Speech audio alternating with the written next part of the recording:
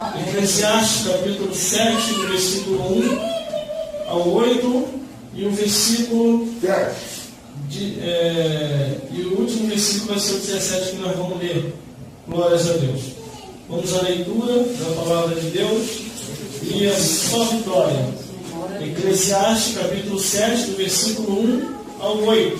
E diz assim a palavra do Senhor: melhor é a boa fama do que o melhor aguento, e o dia da morte do que o dia do nascimento de alguém. Melhor ir à casa onde há luto do que ir à casa onde há banquete. Melhor se ver o fim de todos os homens, e os vivos aplicarão ao seu coração. Melhor é a tristeza do que o riso. Melhor é a tristeza do rosto, que se faz melhor o coração. O coração dos sábios está na casa do bom, mas o coração dos tolos está na casa da alegria. Melhor é ouvir a repreensão do sábio do que ouvir a canção de um tolo, porque qual crepitado no espinho debaixo de uma panela, tal é o riso do tolo. Também isso é vaidade. Verdadeiramente a opressão faz endoidecer até o sábio, e o suborno corrompe o coração. Melhor é o fim do que o princípio delas, melhor o longânimo do que o altivo de coração. Vamos repetir o versículo 17, que diz assim: não sejas... Vai, pode. Demasiadamente ímpio, nem seja louco, porque morrerias fora do teu tempo. Novamente, não seja demasiadamente ímpio, nem seja louco, porque morrerias fora do teu tempo. Glórias a Deus. Irmão, o tema dessa mensagem, irmão, é uma mensagem que eu creio que você vai ouvir da parte de Deus. E fique tranquilo, que essa mensagem de hoje a sua vida vai se multiplicar mais e mais. O tema parece ser um pouco complexo, mas não é. O tema é bem explicador e bem explicado para a tua vida e para a minha vida. Aonde você define festa ou velório, qual é melhor? A sepultura é uma realidade mortal. Muita gente diz que morreu, acabou. É verdade ou mentira isso?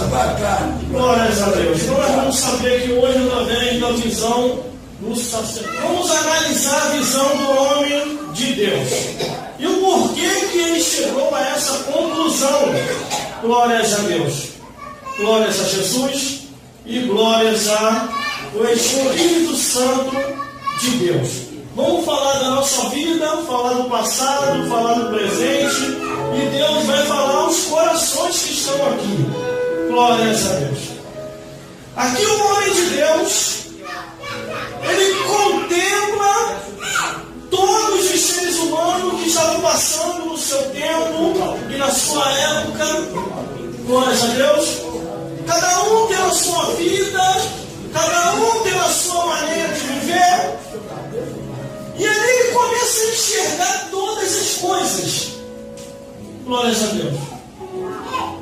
E ele começa a ver que de tudo que o homem e a mulher pode granjear nesta vida, o melhor é a boa fama. Aí no versículo 1 ele já faz a abertura dizendo assim: melhor é a boa fama do que o aguento, e o dia da morte do que o nascimento de alguém. Para ele chegar a essa conclusão, ele definiu o seguinte: que tudo nessa vida em que o homem ou a mulher vem a granjear ou obter, através do suor do seu rosto, através da sua conquista, o melhor é a boa fama. Porque muitos conquistam muitas coisas e começam a deixar a desejar, começam a dar mau testemunho, e não é isso que Deus quer. Outros trazem até escândalo. E Jesus disse uma certa vez, dizendo: ai daquele pelo qual vem o escândalo. Era melhor que essa pessoa não viesse a ter nascido. Glórias a Deus. Mas aqui ele está dizendo: melhor é a boa fama do que o aguento, quer dizer, do que a riqueza dessa vida. Melhor é o dia da morte. que é o dia do nascimento de alguém. Irmão, mas o que quer dizer isso? É que quando você nasce, você está nessa vida. Enquanto você tem o seu pai e a sua mãe para te amparar, você tem ajuda. Mas o dia que o teu pai e tua mãe parte, você tem que começar a saber sobreviver. E nesse seu saber sobreviver, você encontra obstáculos, você encontra dificuldade, você encontra poucas pessoas para te ajudar. Por isso ele diz, é melhor o dia da morte. Por que o dia da morte? Porque morreu, você não precisa mais se preocupar em comprar roupa, em comprar alimento, em se preocupar com alguém. Você não precisa se preocupar mais nada, porque você já morreu. Acabou. Glórias a Deus. Acabou. Mas enquanto você estiver vivo, você tem que trabalhar para sobreviver. Por isso ele diz, é melhor morrer logo do que continuar aqui nessa vida.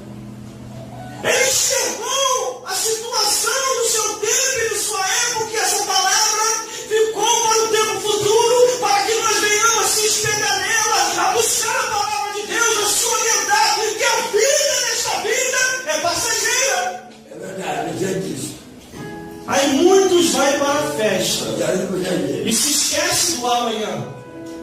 E festeja daqui, e pula dali, e se alegra de cá, e se alegra de lá. Não. Enquanto a festa dá alegria, enquanto está alegria, e vem a falsa condição por trás de muita alegria, e a pessoa começa a beber, começa a se prostituir, começa a fazer coisas horrendas e erradas, e em outras ocasiões começa a cometer atos abomináveis, e se esquece do amanhã, e de repente naquela festa, ou num telefonema, alguém morreu, alguém partiu. Aí vem ele no versículo 2. Não. Eu não sei se foi o parente dele que partiu, ou se foi um amigo mais próximo que partiu, que fez ele enxergar.